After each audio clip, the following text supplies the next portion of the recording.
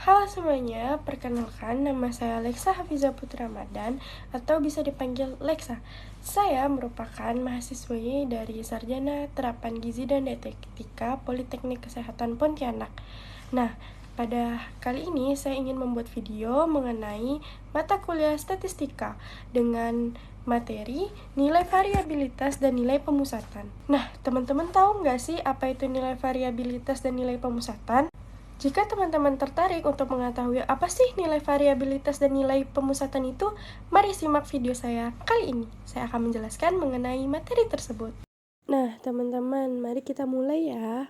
Nah, teman-teman, yang pertama-tama kita akan membahas mengenai nilai pemusatan.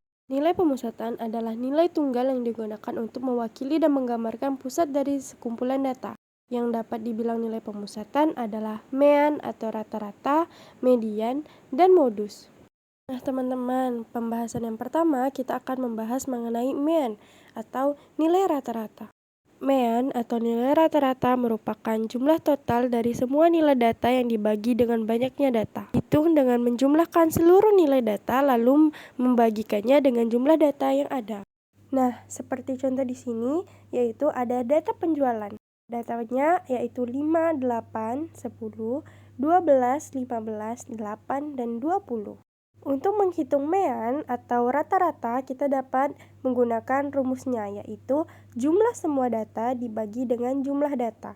Maksud dari jumlah semua data yaitu semua data penjualan kita jumlahkan dengan menambahkan 5 ditambah 8 ditambah 10 ditambah 12 ditambah 15 ditambah 18 dan ditambah 20. Lalu kita bagi dengan jumlah data tersebut. Itu jumlah datanya ada 7, maka kita masukkan 7 di bawah itu. Nah, setelah kita masukkan ke dalam rumus, maka kita menjumlahkannya satu persatu ya teman-teman. Mulai dari yang atas dahulu, lalu kita pindahkan 7-nya di bawah hasil dari perjumlahan yang di atas. Setelah mendapatkan hasil dari jumlah semua data, maka kita bagi hasil dari jumlah semua data dengan jumlah data, yaitu 88 dibagi 7, sama dengan 12,57.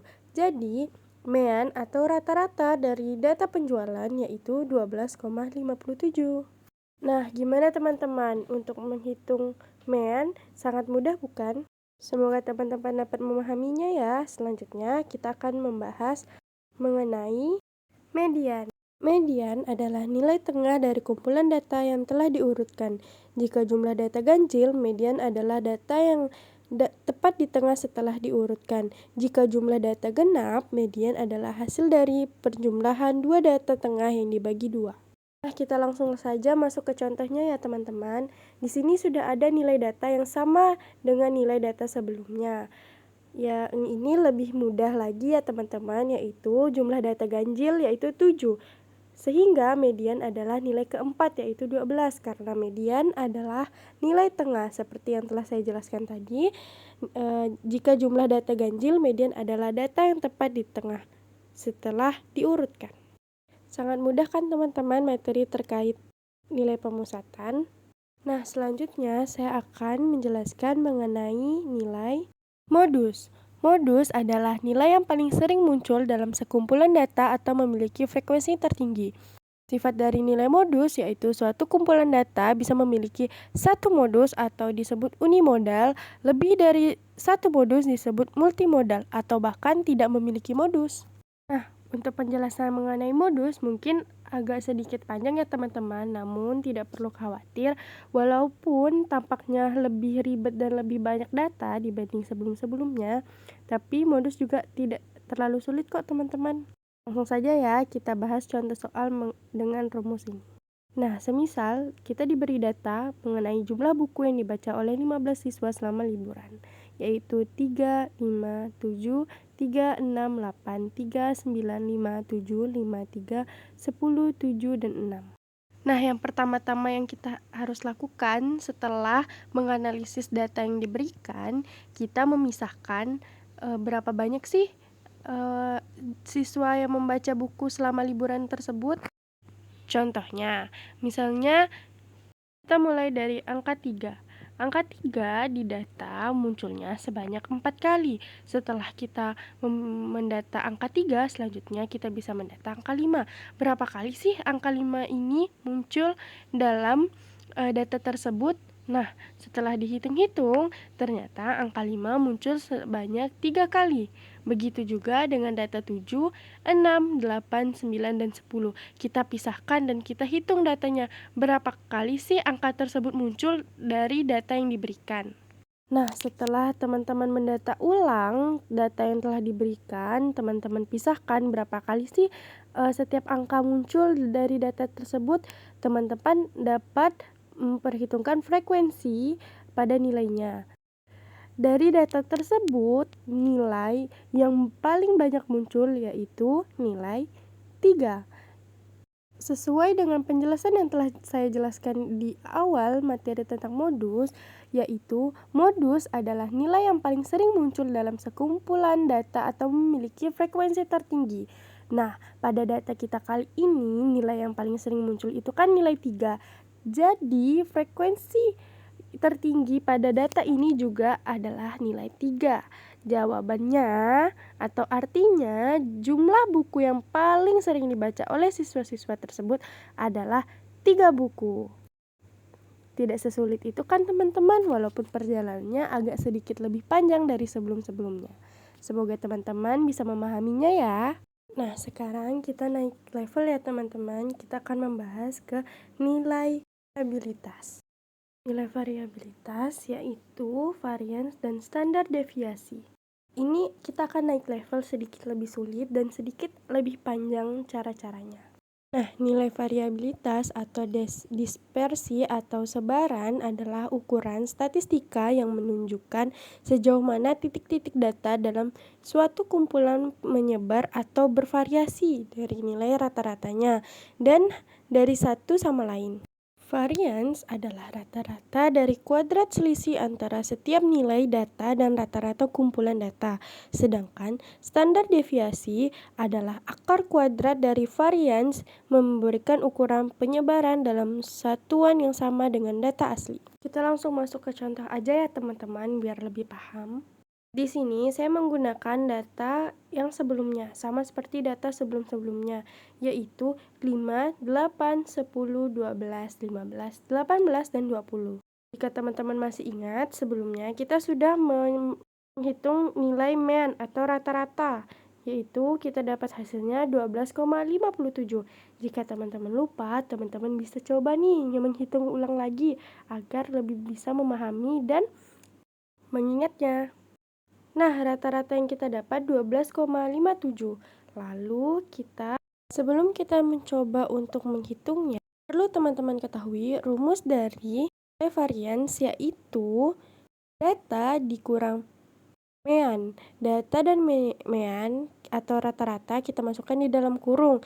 Lalu hasil dari data yang dikurang oleh mean atau nilai rata-rata kita kuadratkan. Seperti yang sudah ada di contoh di atas, yaitu data 5 kita masukkan, lalu kita kurang dengan mean atau rata-rata yang telah kita dapat, yaitu 12,57. Hasil yang didapat adalah minus 7,57.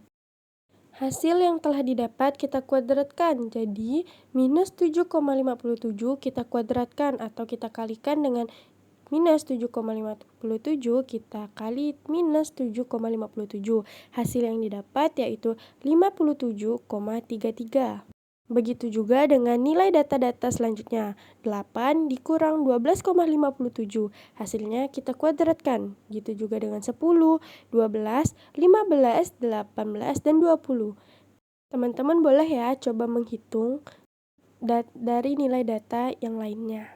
Setelah kita dapatkan hasil dari pengurangan nilai data dengan mean atau rata-rata lalu dikuadratkan, kita masukkan ke dalam rumus selanjutnya, yaitu hasil dari penjumlahan seluruh perhitungan dari varians Masukkan tuh ke dalam rumusnya, kita jumlahkan seluruhnya. Lalu kita bagi dengan jumlah data. Jumlah data kita adalah 7. Jadi 57,33 kita tambah 20,91 tambah 6,61 ditambah 0,32 ditambah 5,90 ditambah 29,49 ditambah 55,23 dibagi 7. Seperti sebelumnya, kita jumlahkan dulu bagian atas, baru kita bagi dengan yang di bawah. Yang didapat yaitu 175,79 dibagi 7. Hasilnya 25,26. Nah, setelah kita mendapatkan itu atau kita menyelesaikan nilai varians, kita masuk ke nilai standar deviasi. Sangat mudah, tinggal kita akarkan. Di hasil tadi 25,26 kita akarkan. Hasilnya adalah 5,03. Kesimpulannya, standar deviasinya yaitu 25,26. Jadi, standar deviasi adalah 5,03 unit. Gimana teman-teman? Paham nggak nih? Semoga teman-teman paham ya. Nah, selanjutnya kita akan membahas tentang range. Range adalah selisih antara nilai tertinggi dan terendah dalam data. Ini adalah ukuran variabilitas paling sederhana. Kita langsung ke contohnya aja ya teman-teman, yaitu semisal nilai tertinggi dalam data 20 dan nilai terendah dalam data adalah 5, maka tinggal kita masukin ke rumus nilai tertinggi dikurang dengan nilai terendah. Contohnya 20 dikurang 5, hasilnya adalah 15.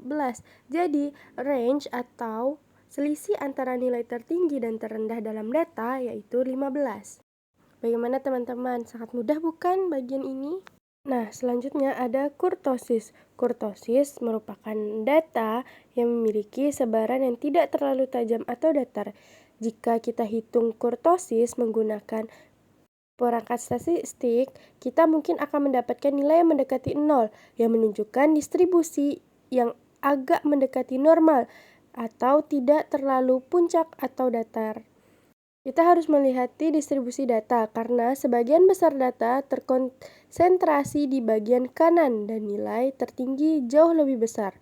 Data ini mungkin positive skewed yang menunjukkan bahwa distribusi data lebih condong ke kanan atau ke arah yang nilainya yang lebih tinggi. Nah, itu dia yang dapat saya jelaskan mengenai nilai variabilitas dan nilai pemusatan.